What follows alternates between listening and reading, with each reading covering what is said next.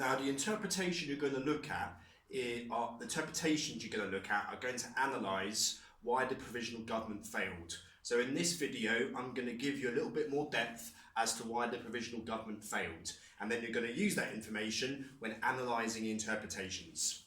So, the provisional government, the provisional means temporary. So in February and March 1917, that's when Nicholas II is still in charge. There's widespread unrest in the cities and the countryside. Petrograd fell out of government hands on 27th of February 1917, and power was shared by the Petrograd Soviet. That's like a massive workers' committee and a committee of politicians from the Duma. On March the 2nd, the provisional government was created. It was largely made up of Duma members, so largely made up of former MPs. The Petrograd Soviet, that's like the Workers' Council, ordered its members to obey the provisional government as long as the Soviet agreed with the provisional government.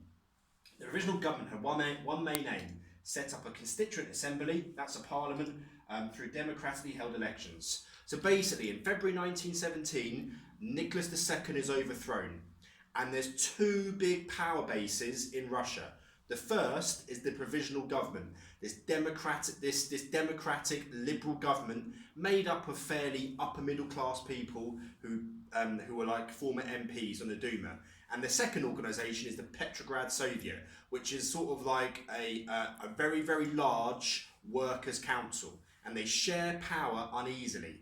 Now, the Petrograd Soviet had told its members, obey the provisional government as long as they do what we want. Because remember, the provisional government is only temporary. It's not meant to last years and years and years. It's only meant to last 6 months. And it's got one job really, and that is hold elections for a new democratic parliament. So the provisional government sees itself as being temporary. They don't see themselves as a long-term government.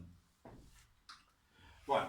The first reason why the provisional government failed, it does fail, it's overthrown in 7 months, is because it lacked authority. The provisional government was unelected and self-appointed. The people in the provisional government gave themselves their own job. Most members of the provisional government have been elected members of the 1912 Duma.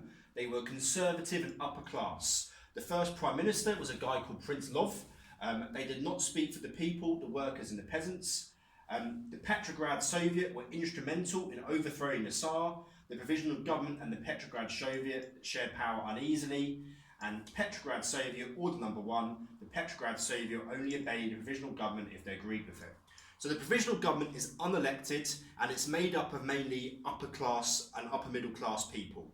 And they don't really control the streets of the capital city, Petrograd. The streets are controlled by the Petrograd Soviet. They've got armed soldiers and so forth. So the provisional government doesn't have any authority. It's unelected and doesn't speak for the people. Most people are working class or peasants. The provisional government doesn't speak for them. However, the argument against that, it was only meant to be temporary. It wasn't meant to be a long-term government. The provisional government had one job, and that one job was to run Russia until elections could be held in sort of October time. They were held in November eventually, and in these elections, the Russian people will decide who they want to lead. So the provisional government did not see itself as a long-term government. The word provisional means temporary. Okay, the second reason why it failed is it failed to implement reforms. There were widespread peasant uprisings in February-March 1917. The provisional government offered the peasants nothing, as they argued any reforms had to be carried out by the Constituent Assembly. The provisional government failed to deal with the economic problems caused by World War I. For example, there were 8-hour break queues in Petrograd. So basically, everyone in Russia was really, really upset. The reason Nicholas II was overthrown was because, everyone was really unhappy with the social situation, and the provisional government offered nothing. The provisional government basically said, it's not our job to implement reforms. That would be the job of the new democratic government, which would be elected in October 1917. The provisional government said, it's our job to hold these elections. However, there is an argument against that. So the Okhrana were abolished. The provisional government abolished the secret police. They also released political prisoners. They also gave people freedom of the press, freedom of speech, and the right to strike, and universal suffrage was introduced. So the provisional government did introduce reforms. They abolished the secret police, for example. However, they never really introduced the economic reforms that people wanted.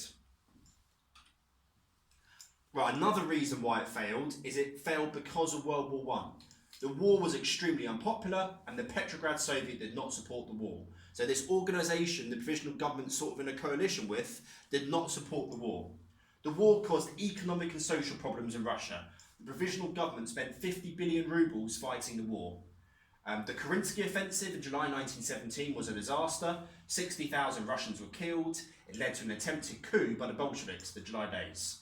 And the war stopped the provisional government from introducing reforms. So another reason why it failed is because of World War One. People in Russia hated World War One. 3 million have been killed because of World War One. One reason Nicholas II was overthrown was because of World War One. The provisional government carried on fighting the war, and they even launched a disastrous military offensive called the Kerensky Offensive, in which 60,000 Russians were killed. The people wanted the war to end. The provisional government did not end the war.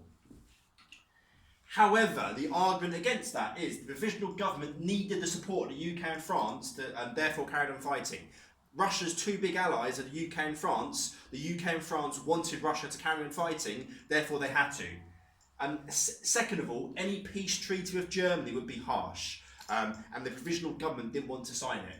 The actual peace treaty, which ended World War One for Russia, was the Treaty of Brest-Litovsk, and it was signed by the Bolsheviks in 1918, the communists in 1918. And in that treaty, Russia gave away a third of their land. They gave away Ukraine, Poland, Belarus, Georgia, all these countries. And the provisional government knew that would be the type of peace treaty they would have to sign, and therefore didn't end the war. Right. The fourth reason why they failed are the Bolsheviks. The Bolsheviks are the communists. Lenin was a communist. Stalin was a communist. They're called the Bolsheviks. The provisional government released political prisoners. In 1917, Lenin was allowed to return to Russia. Lenin has spent the last 20 years living abroad. He wasn't allowed to be in Russia. Lenin's April thesis advocated the Bolsheviks infiltrate the Petrograd Soviet, then overthrow the provisional government. Lenin arrives in Russia in April 1917, and he basically releases his plan. The plan is for the Bolsheviks to gain control of the Petrograd Soviet and use the Petrograd Soviet as a tool to overthrow the provisional government. The Bolsheviks promised peace, land and bread, so it's popular with the workers and the peasants. So the Bolsheviks, the communists, Lenin was promising people stuff. The provisional government weren't introducing any reforms. Lenin's going, look, I'll give you land, I'll give you peace. You know, the Bolsheviks were becoming more and more popular. The Bolsheviks emerged as heroes after the Kornilov affair. I won't go into that now. The Bolsheviks promised land to the peasants after the July Days. The Bolsheviks believed peasants were a hindrance to the revolution before.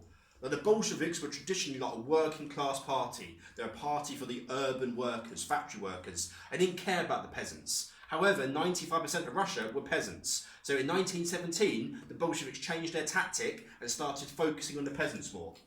By September, the Bolsheviks were in a majority in the Petrograd and Moscow Soviets, and the Bolsheviks did overthrow the provisional government in October 1917. So eventually, the provisional government are overthrown by the Bolsheviks. However, the Bolsheviks were defeated in the attempted coup known as the July Days. Okay, so they're the four main reasons why the provisional government failed. Use the PowerPoint and try and use that information to analyse the interpretations. And this is something we're going to go over again and again and again when we're back in school. But let's try doing it now. Thank you.